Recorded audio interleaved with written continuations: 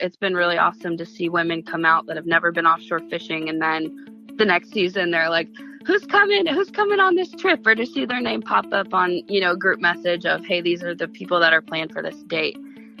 It's really inspiring to just keep getting after it, because there's so many women that are going to keep coming into this space and dominating it.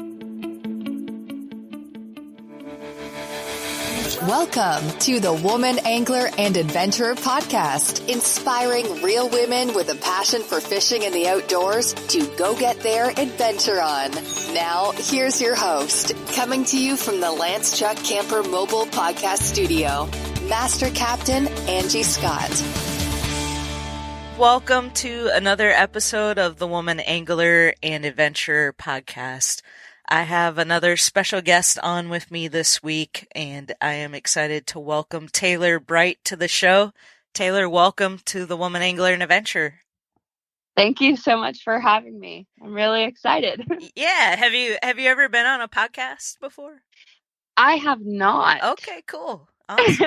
Well, I'm honored to be the first host to feature you on a podcast. So we kind of came across each other at the Outdoor Media Summit. I've had a couple other guests on the show so far from that event.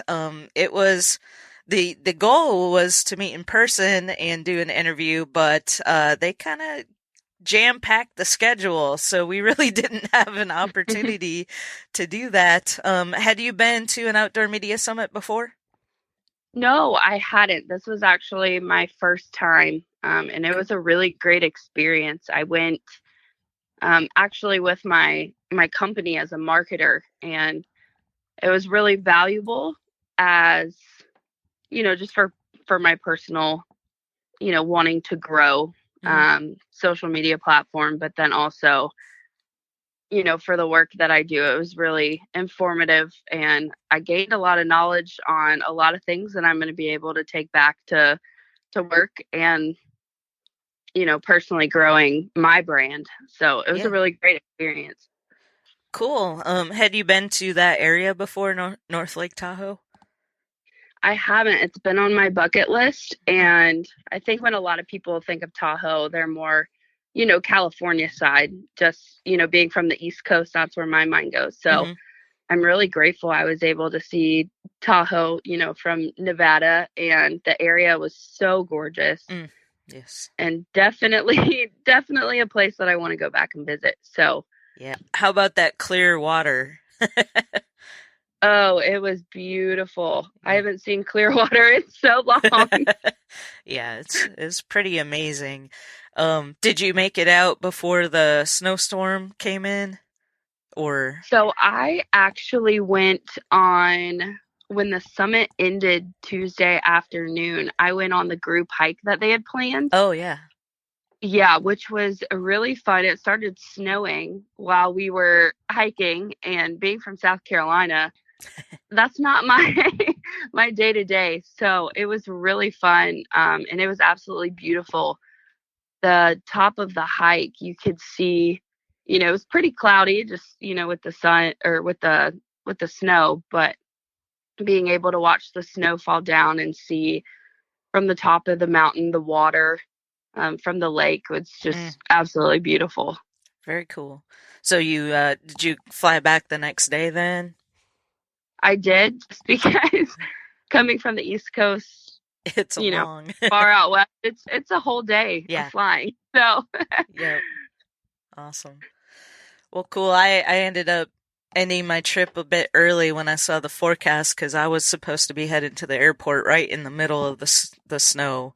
And not being a mountain person, I was like, I ain't driving this little rental car over that summit in a snowstorm they're calling for 70 to 100 mile an hour wind gusts on top of that.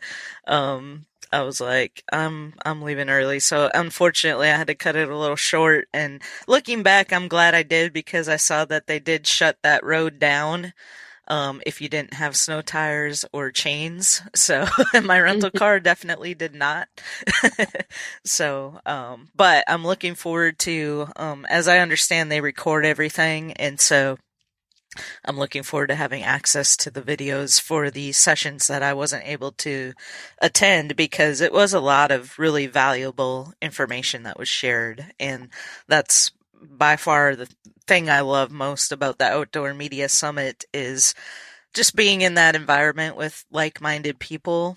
And a lot of the stuff that I attend, just because of what I do with the podcast and my fishing tournaments, is all very much fishing focused.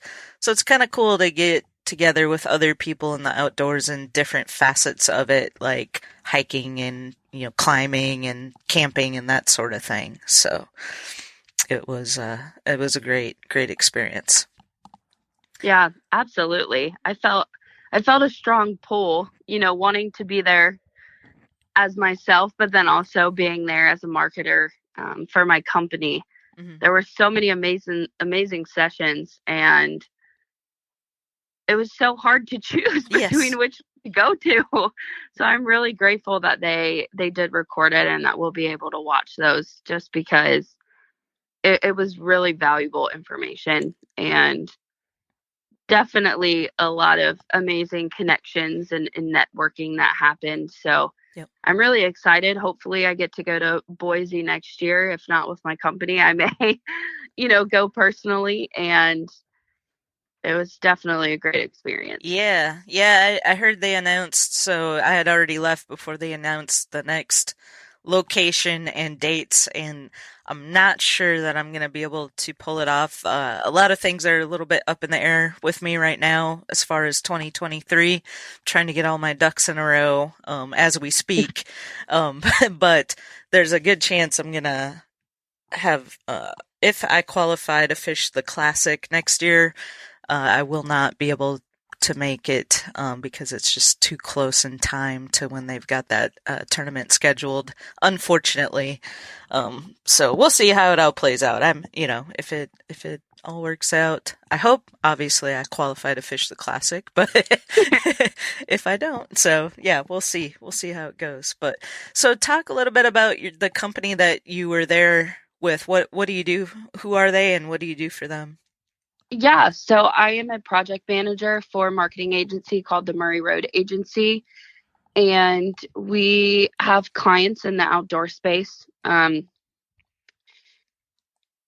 over. So between companies that solely sell, camouflage products, we have companies that sell holsters, we have companies that sell ammo.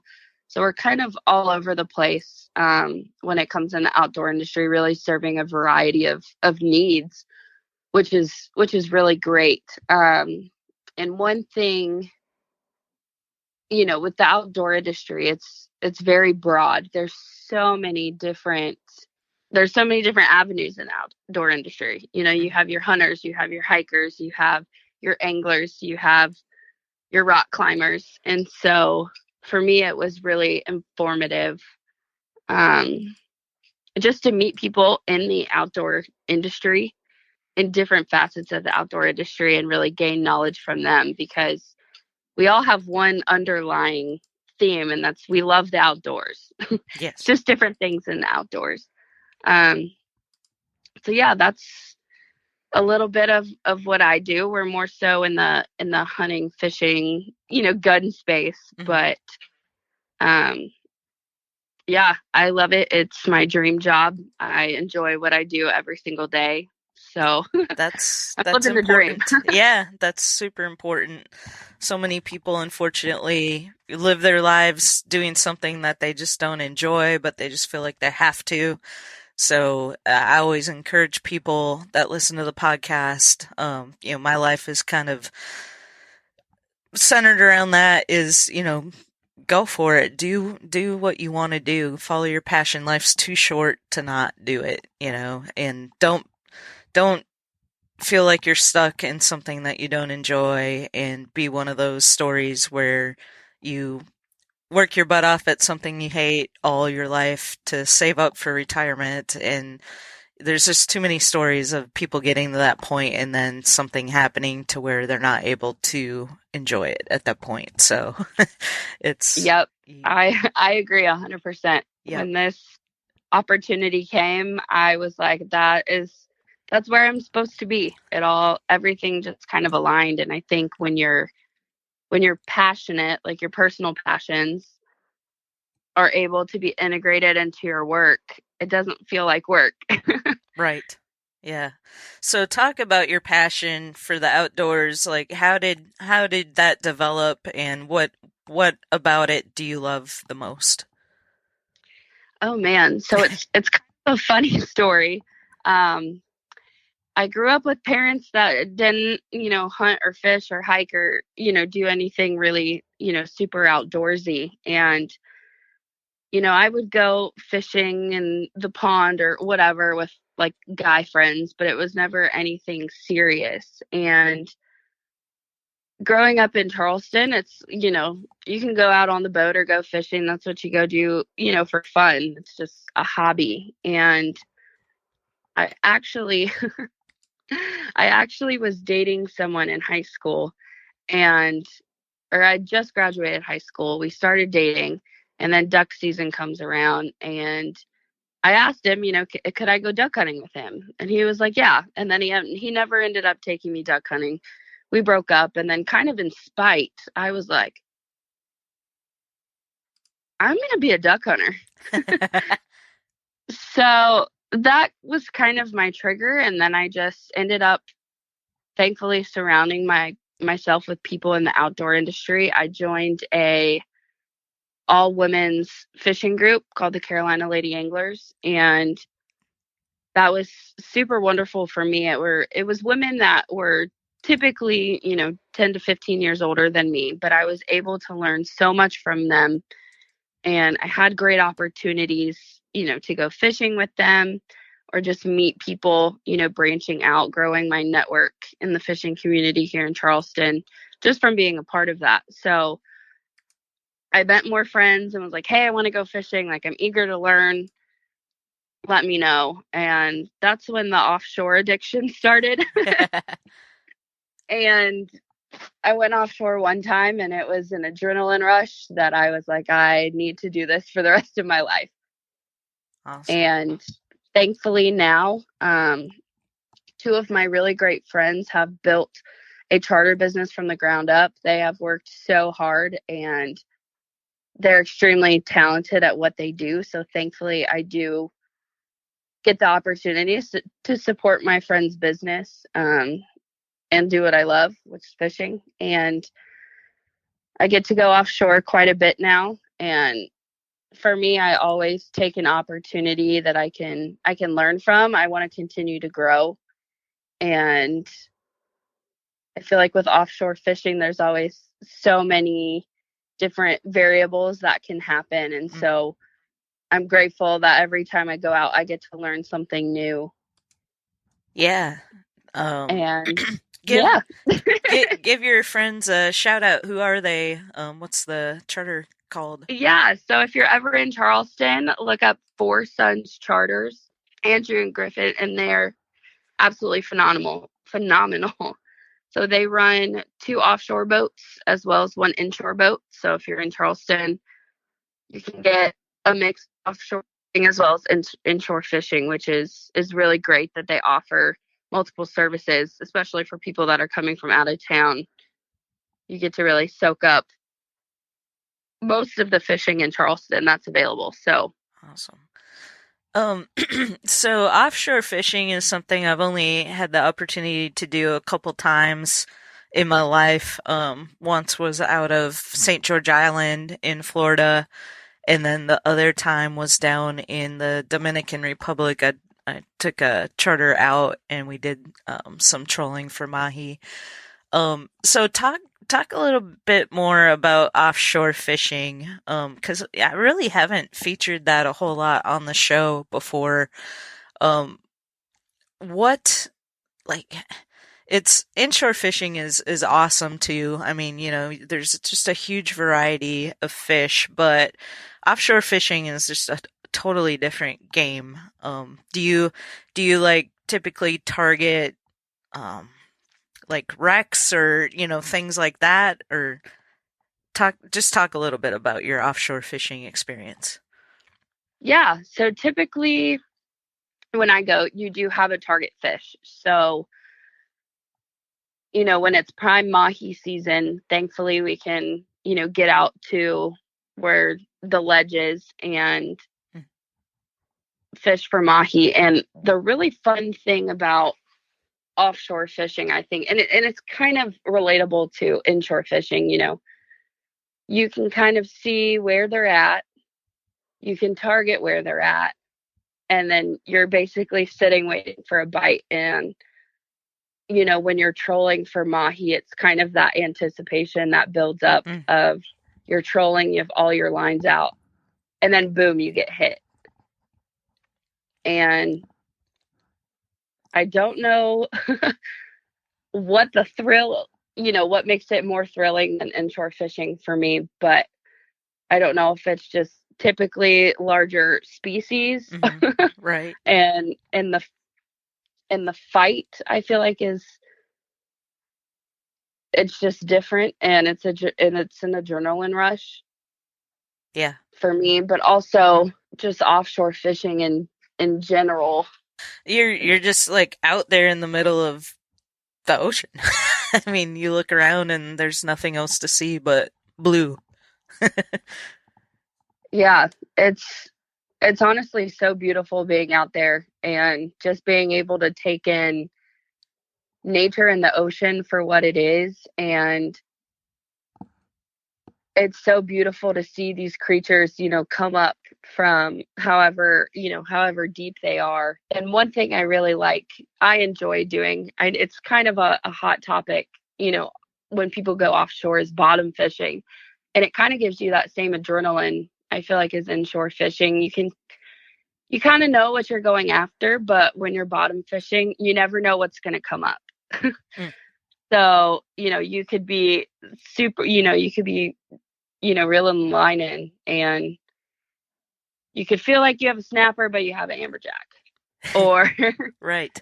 it's kind of that thrill of, you kind of know what to expect, but you never know what to expect until it's up on the surface. Yeah. So, I can relate to that. I like the mystery of not knowing what you've got until, you actually see it. Whereas like inshore fishing can be a lot of sight fishing, that's a totally different thing. Sight fishing, where you see the fish and then you try to get your bait to it and get the fish to, react.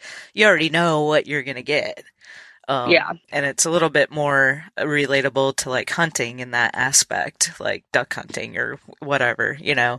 but I am a huge lover of just the mystery of, I fish bass tournaments and I hear stories of ladies getting like this huge, they think it's going to be the world record bass, and then they get it to the boat and it ends up being like a striper or a catfish or something. Yeah. Thankfully I haven't had that experience yet. Every time I'm been in a tournament, I actually am catching bass, but I can imagine what that thrill would be like. Oh my God, I got the biggest bass, but yeah, no, I love that mystery element that comes with being offshore, and just there's so much variety of fish. Even if you're targeting one species, that doesn't mean that that's what you're gonna get. No, and it's so fun. We'll have days where, we're targeting one fish and then something else will hop on the line. Or specifically, it was actually really funny. This past season, we were bottom fishing, and one of the girls had never been bottom fishing before. She came out, and thankfully I was able to get after some mahi with her, and she did amazing. So she was like, I want to come back. Like, I want to come bottom fish because I've never tried it. And she was about halfway up pulling her fish up, and there are sharks in the ocean, and they got to eat too. And so we had a few that got taken by sharks. And it's just so interesting, just the wildlife. And that can happen anywhere with any animal. You're reeling something in and something snags it, but I feel like it just kind of puts things into perspective, and it makes me enjoy fishing even more when, unpredictable things like that happen. Yeah.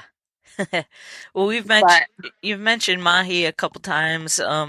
How freaking beautiful are they in the water? They are just the most colorful, beautiful fish I think I've maybe ever seen. they really are. And it takes your breath away. It really does when you bring in a mahi. And I really enjoy just when one comes up. Some of them, typically do in the water. They'll have that more blue tone, Hmm. or some of them do have more of the, yellowish greenish tint when they're still below the water. But they are just so stunning when the sun is beating and you can just see like the shimmer of their scales. Mm. It's absolutely breathtaking seeing these fish, and they got to fight to them. Yes. Yes, they do. So, especially when you get them up to the boat, like you have a quick second to see it, and then it's darting trying to get away from you. So, Yep. but they're absolutely stunning. And even when you get them, in the boat, they're so just pretty to look at. Yes. Absolutely. Just their coloration. And that's how I feel, most of the time. I mean, when you get a wahoo that comes in, just looking at it, their teeth are a little scary, but they're just such beautiful creatures. Yes. From billion-dollar ad budgets and arena naming rights to tens of thousands of retail locations, big wireless providers spend big to appear like they're your only option. How do they afford it all? That big bill you get at the end of every month. Mint Mobile had a different idea. Instead of brick and mortar overhead, Mint Mobile is online only. What does that mean for you? A whole lot of savings, because wireless plans from Mint Mobile start at just $15 a month. That's unlimited talk, text, and data for just $15 a month. You'll save enough that you can get a brand new rod and reel for the upcoming season. For anyone who just hates their phone bill, Mint Mobile offers premium wireless for just $15 a month. All plans come with unlimited talk, text, and high-speed data delivered on the nation's largest 5G network. You can use your own phone with any Mint Mobile plan, and you can even keep your same phone number along with all of your existing contacts. By going online only and eliminating traditional costs of retail, Mint Mobile passes significant savings on to you. Switch to Mint Mobile and get premium wireless service starting at just $15 a month. To get your new wireless plan for just $15 a month and get the plan shipped to your door for free, go to mintmobile.com/waypoint. That's mintmobile.com/waypoint. Cut your wireless bill to $15 a month at mintmobile.com/waypoint. So I just pulled you up on Facebook, which I sent you a friend request, by the way. Awesome. But I see we have a few mutual friends. One is Anastasia Patterson, who I've had on the podcast before. And I just wanted to give a quick shout out to her because of her recent accomplishment of winning the contest and getting her photo on the cover of Bassmaster. How awesome is that? She is an amazing human. She really is. She's a fellow South Carolinian, and I am so, so, so proud of her. There is no one more deserving than her. She really puts her all into everything that she does, and to see her shining on the cover, like it's wonderful. I'm so proud of her. I'm proud to call her a friend. She's an amazing human, and she's going places. Yes, absolutely. I had her on all the way back on episode 129. So if anybody wants to hear her story, this was back in April of 2020. So she's made a lot of progress since then, but you can go to thewomanangler.com/129 and listen to that episode, or just search for it on your favorite podcast app and listen that way. But yes, I agree. She is amazing, and I'm so proud of what she's been able to accomplish, and a huge inspiration for women in in bass fishing. I heard my friend Debbie Hansen on a podcast I just listened to yesterday, and she said she was talking about Christine Fisher, who is a bass angler, and she's been doing great things as well. And she said she's breaking the bass ceiling. I was like, I'd never heard that before. I was like, that is clever and spot on, and that's exactly what Anastasia is doing as well. So a lot of young girls really look up to her, and they're like, they see that, and they're like, if she can do that, I can do it, you know? And so it's great. I saw her at ICAST back in July, down in Orlando, and I need to have her back on the show so we can get an update on everything that she's got going on. But absolutely. And then we're also friends with Jana Fogelman. Do you know Jana well? I do not. Okay. Yeah, I'm not.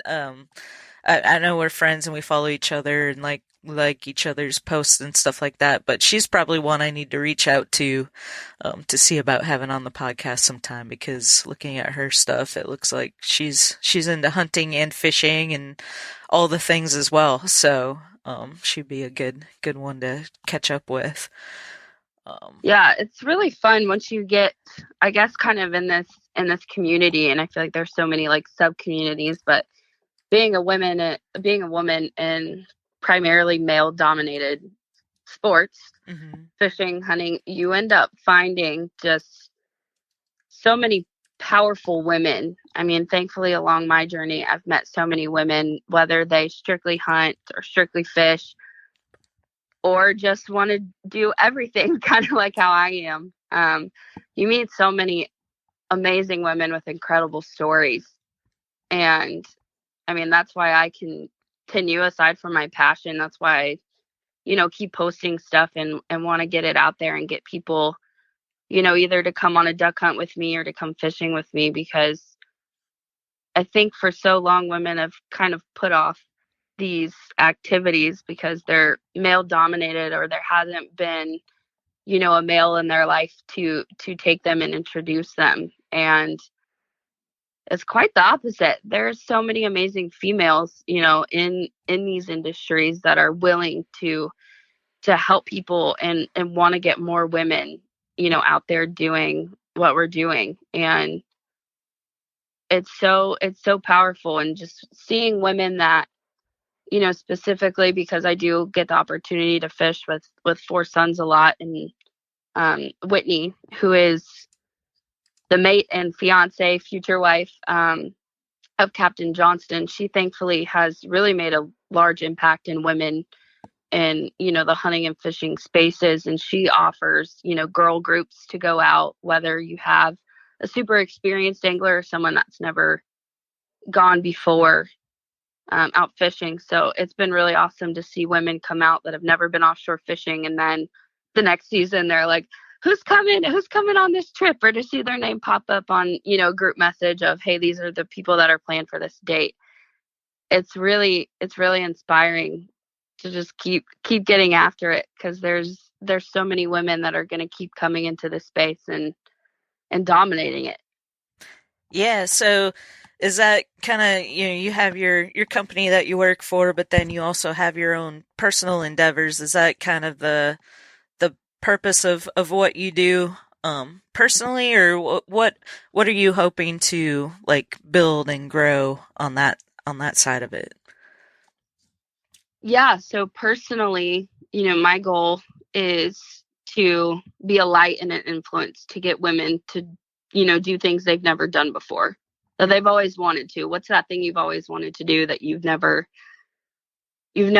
quote unquote had the opportunity to do? And for me, those things were hunting and fishing. And so I got heavily involved, but I want to be able to spread that message to people, whether it's hunting or fishing, or, my dad and I drag race. So next season, my content's going to be a lot of me driving a race car. Cool. Which is a whole nother, yeah, a whole nother thing. But, for me, I just want to empower women, to do these things, get outside, try new things. And just enjoy the outdoors and what it has to offer. And so that's really what I'm passionate about, is just getting women outside. And thankfully, I've been able to align myself with amazing women that have started different things. Like if you're interested in hunting, there is a Instagram page called Sisterhood of the Hunt where they plan female hunts. And I know there's so many others out there. But just to be able to share that message and provide women opportunities to get outside. Awesome. I had not heard of Sisterhood of the Hunt. I've had Sisterhood of the Outdoors, which is another similar organization, so I'm gonna look them up. Maybe have them on the show. Yeah, no, that's great. That's exactly what this podcast is all about. So I'm so glad that we were able to connect and have you on to talk about that. And I do want to talk a little bit just hunting. I just did a series on hunting. Most of my episodes tend to be fishing focused just because that's what my main passion is, but I do love to also feature, other activities as well. And duck hunting. So I just got back from Reelfoot Lake. I don't know if you've ever heard of that. It's in Tennessee. It's almost to the border of like Missouri, Arkansas, Kentucky. It's like on the very corner of the state, on the west side. And it's a lake that was created by an earthquake. So it's very interesting. It's the only natural lake in the entire state of Tennessee. Everything else is man-made reservoirs and whatnot. And it's full of cypress trees. So you cannot, if you go out in a boat, you cannot like get up to any kind of speed. You're basically idling until you hit a stump because you're gonna, and then you put the boat in neutral and wait for it to pass, and then you go back, and that's just how it is. But it's apparently a huge duck hunting lake. There's like 60 days that you can duck hunt, and people are out there every single one of those 60 days, and there's duck blinds everywhere. But I always love it. And anytime bird hunting comes up on the show, I'm a huge dog lover. Do you have a bird dog? I do, actually. Awesome. I have a GSP named Boone. He is almost 2.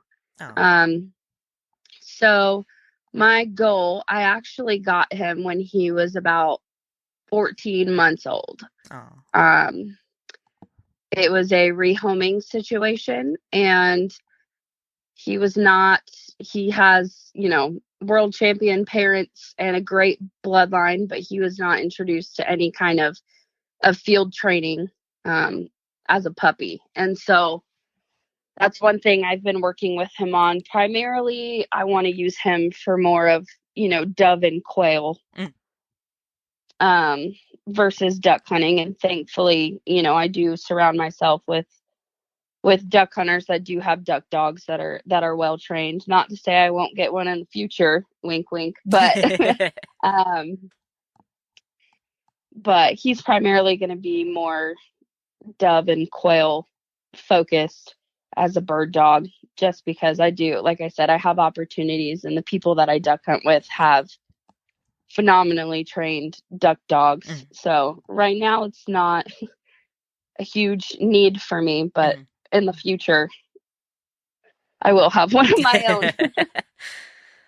I just love the whole concept of bird dogs and how excited they get to do their job. It's just such a cool thing to watch. It is. I enjoy, especially if, when we're duck hunting, watching the dogs, go get after it, and they're so excited, and they really do get a sense of fulfillment, getting a bird and bringing it back. Yeah. Something so little, but watching a dog just get so much fulfillment from that. It's great to experience. It's very cool.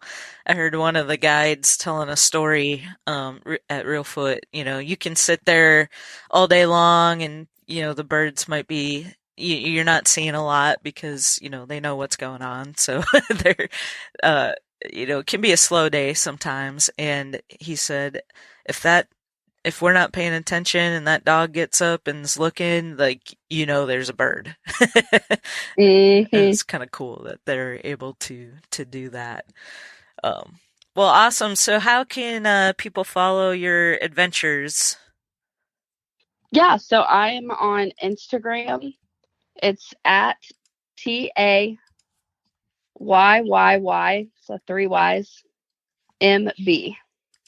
Awesome. I just pulled it up here. I'll put a link to that in the show notes for this episode. And is Instagram the best way, or do you have any other channels? I mainly use Instagram as well as Facebook. I'm kind of hitting the cusp for Facebook friends. So I think I've hit the point where I need to start a separate page. Gotcha. So that's what I'm going to be doing. And then Cool. I recently just started a YouTube channel, and I don't have any content up yet. I have it all filmed and it's being edited right now. Cool. But I will be on YouTube as at TAYYYMB Outdoors. Gotcha. And that'll be content from hunting, fishing, drag racing, everything, everything I got going in life. So very cool. Awesome. Well, yeah. Thank you so much for taking some time out today to be on the show. And I will share all those with the audience so they can follow you. I love what you're doing, and I think it's really cool. Hunting, fishing, drag racing. I mean, that's awesome. Yeah, thank you so much for having me, and hopefully, I'm not a huge bass angler. It's not my wheelhouse, but hopefully you can teach me some things one day. Yeah, I'd love to. Yeah, maybe we'll have a tournament out that way at some point. That not on the docket for next year. I think the closest will be is Georgia, northeast Georgia. I think is probably the closest we're going to be. So, not too far away, but that would be awesome.